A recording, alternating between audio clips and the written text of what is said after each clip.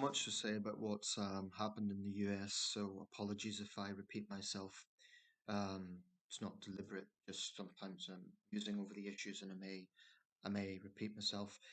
Um, Regarding Harris's concession speech, there's been some further developments on that in the sense that Joe Biden is going to make an announcement today, and he's also apparently invited Trump to the White House and he's congratulated Trump. The Obamas have congratulated Trump. Um, George W. Bush has congratulated Trump. The Clintons have congratulated Trump. Um, they're all doing what is conventionally expected. Um, the one outlier to this convention, of course, is Donald Trump, who in 2020 did not concede defeat. Insulted the Bidens by refusing to go to their inauguration, and it isn't just Donald. Melania also, I think, she was disrespectful to the new First Lady, Jill Biden, for not going to that inauguration. Um, so that is a stark contrast. And any Trump supporter who's watching this, I would say, consider that contrast. Consider the attitude that Harris and Biden and the Democrats have taken, congratulating Trump, and they will be at his inauguration. He does enter his second term in a very powerful position. He's won a comfortable victory. I do have a problem calling it a landslide because it isn't comparable to some previous elections insofar as every state has went to the incumbent president, as was the case with Ronald Reagan, for example. Very comfortable win. Actually, looking at the electoral map, it's almost identical to 2016. Kamala Harris has picked up almost exactly the same states as Hillary Clinton did in that year. I think Clinton got Nevada, and it looks like Trump was going to get Nevada this time. But it's very, very similar to 2016. There are differences, though. Trump was a controversial figure in 2016, but it was a shock when he won. And it's a shock this time as well, I think. But the difference is his track record is even better known now. It's knowing the sort of things he does, the sort of things he says, even more so than in 2016. I think the concern is he may go even further this time. He may, because he is backed by now a Republican Senate, he enters the White House with sweeping executive powers. The presidency generally, not just under Trump, but generally has got more powerful in the second half of the 20th century onwards. I've just completed a book by Stephen Crowbard looking at the presidency. It was published, I think, in 2005. So it was looking at the presidents from William Howard Taft to George W. Bush and how the presidency has changed, excuse me, Theodore Roosevelt to George W. Bush, how the presidency has got increasingly powerful, certainly compared to for example, some of the presidents in the late 19th century, Benjamin Harrison, Chester Arthur, Rutherford B. Hayes, Grover Cleveland, those presidents were not that powerful. They were powerful in the sense that they were president of the United States, but wasn't the sort of sweeping executive power that is there today. I would not at all be surprised if in 2029 Trump tries to do something to change the law so that he can stand for another term. If Trump stands down in 2029, it will only be because he's tired. That will be it. That will be the only reason. It will be nothing to do with integrity. It will be nothing to do with respect for democracy. It will be because he's just tired. He'll be an 82-year-old man at that point. I wouldn't be surprised if he tries to get another 4 years after that. Um, CNN, they're discussing how the world should react to this. Obviously, Trump's got a lot of congratulations. I mentioned from the Democrats, also from world leaders. Turns out Olaf Scholz, the German Chancellor, is having his own problems at the moment. He may no longer be German Chancellor in the coming months. He's having a coalition collapse. I'm going to watch that story later. It may be a developing situation in Germany, but Starmer certainly is our new Prime Minister. Um, I'm sure behind the scenes this is not what world leaders wanted, but they have to work with it. Now, I take the view we need to take a practical approach. The United States is the most powerful country in the world. It's the biggest economy in the world. We simply cannot cold shoulder the American president.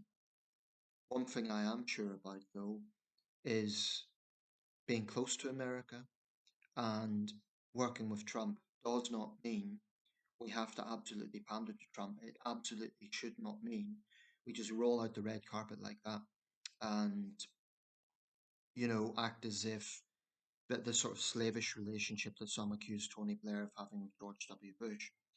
Um, Starmer would make a big mistake if he went down that route. He should be respectful, he should be practical, but I see absolutely no reason, for example, to send out an invitation for a state visit immediately.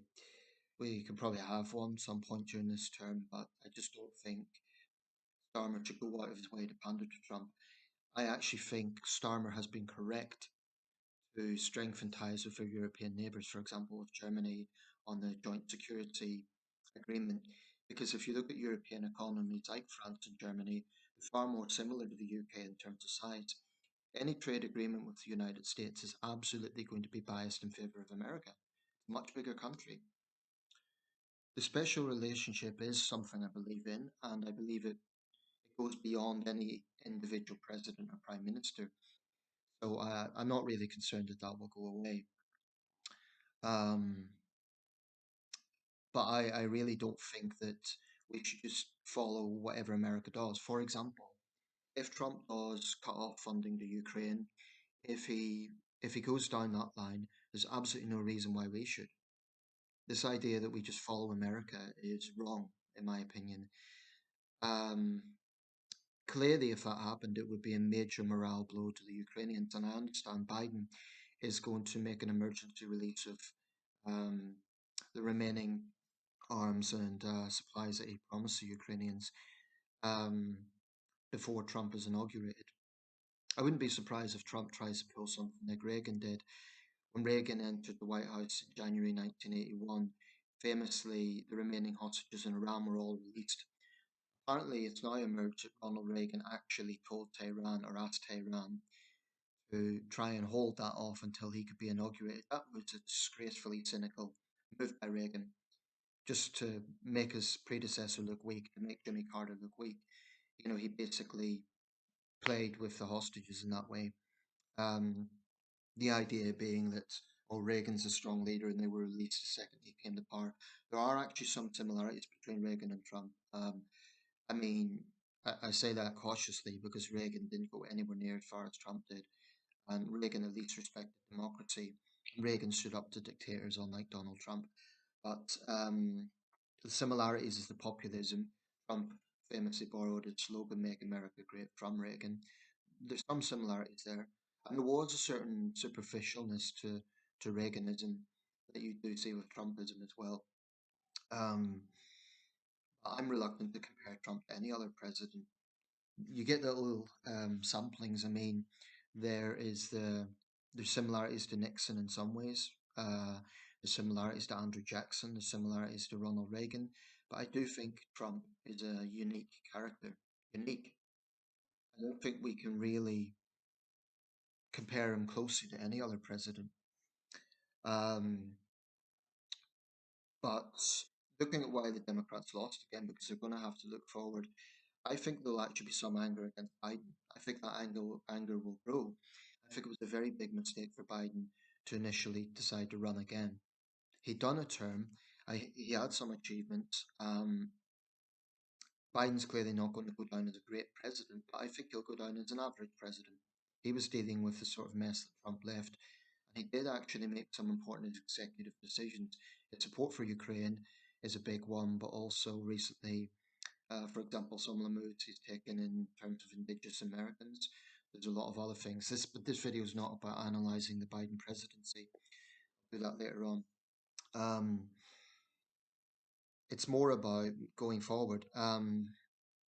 I really think that was a mistake for Biden to decide again, particularly when he suggested he would be bridging the gap. He would be sort of not bridging the gap. He would be basically, he himself indicated he'd be a one-term president when he ran for office. And then he obviously decided he wanted 4 more years. I just think all that done was gave ammo to the Trump campaign, and then of course Harris took over. It made the Democrats look like they were in a mess. Um, so I think she always had an uphill struggle. Now I did think she would win, but I never thought she would win a landslide. I never thought that. I thought she would. I thought Trump would be unpopular enough, controversial enough. There would be enough concerns about his behaviour and his rhetoric to turn against him. I was wrong. And I think as outsiders, we really, really need to consider something. Most Americans do not care about foreign policy. In terms of voting intentions, that was way down the list. Now, when I vote in the UK, I do think about foreign policy, which is why I didn't give my vote to the Reform Party because I do not like Nigel Farage's stance on Russia, very similar to Trump's. Um, so, for me personally, that is an important issue. But of course, who am I to question someone who would vote for Trump because they're genuinely concerned about the economy because they're struggling day to day? And like I said in the last video, I think the Democrats were wrong to really focus on this triumphalism. I mean, the Democratic National Convention was sort of acting like they'd already won, and of course they hadn't. Um, for people who were struggling, that convention just looked like a big party. And in retrospect, I think they will have to be honest and say that overt positivity was a mistake. Confidence is important, but the overt positivity and the overt sort of party atmosphere was a bit almost mawkish to Americans who are struggling, I think. Um, the celebrity endorsements, I mean, if they're American citizens, they've got a right to have their opinion on the election, but that can also look like elitism. I mean, I do not think Trump is a warrior against elitism because he is a billionaire supported by multi-billionaires like Elon Musk. The idea that he stands up against elitism is ridiculous. Um, this rhetoric about Europe needing to step up for its own security will obviously increase, but I would just remind Trump supporting Americans that Article 5 of NATO is invoked only once in defense of the United States. Probably some European countries are going to have to spend more on defense because the rhetoric's just going to grow. Um, Trump's record, part of the problem with Trump's rhetoric is it's erratic and there's a great uncertainty now. Some would argue that's a good thing because it confuses Putin, it confuses. I'm not sure about that. I mean, when a country is invaded, I think it is completely the wrong message to send out to say that was a genius move by Putin, Trump said. Um, his supporters will point out that he did put sanctions on Russia. His administration did do that. Russian diplomats were expelled.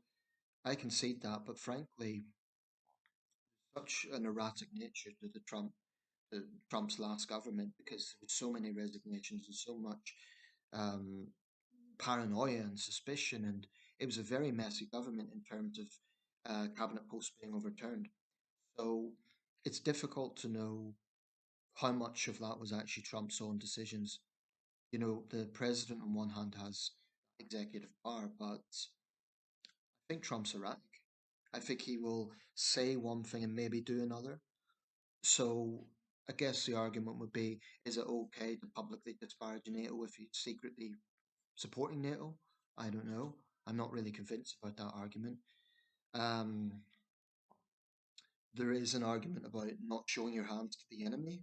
To use a poker analogy, there may be something in that, but that's all the more reason not to publicly denigrate NATO because it just demoralizes allies. I think criticism is okay. There can be internal debates and so on, but publicly say maybe Putin can do whatever the hell he likes. This is how Donald Trump conducts foreign policy, and I find that deeply concerning. We can be sure that over the next 4 years there's going to be ruptures across the world. This is not to say that the Biden presidency has been peaceful. Clearly, it hasn't. The world's never peaceful. You know, um, that's why this argument about Trump will return stability. The world's never really fully stable. There's always problems in the world. So I wouldn't blame any American president for the world.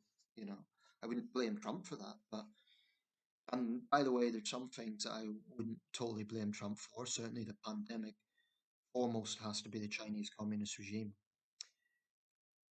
I will be open-minded enough to give Trump credit. He was right to take hardline rhetoric with China. Um, he's right to want to deport violent criminals. I have no problem with that.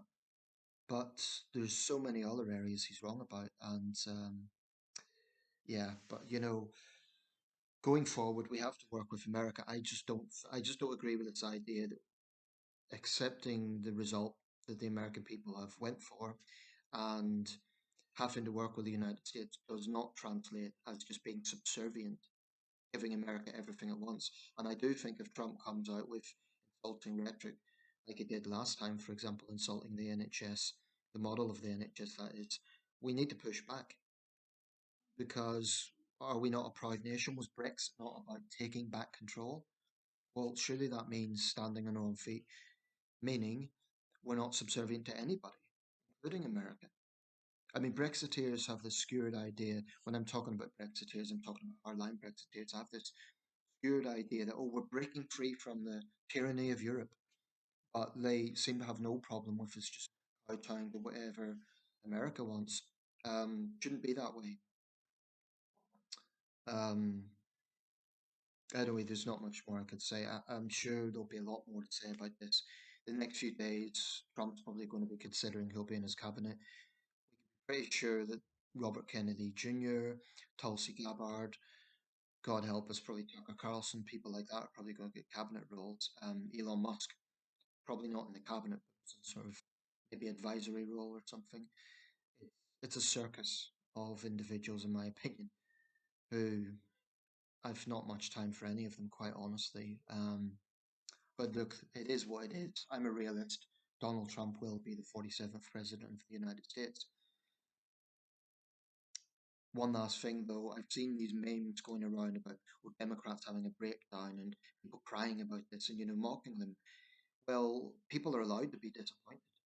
People are allowed to be concerned, and what they're not doing is violently trying to storm the U.S. Capitol. And I would obviously caution and I condemn that. If any Harris supporters were to resort to violence, that would be utterly wrong and foolish. I mean, Cardi B came out with a lot of nonsense about, you know, um, I don't give her the time of day. That's beside the point.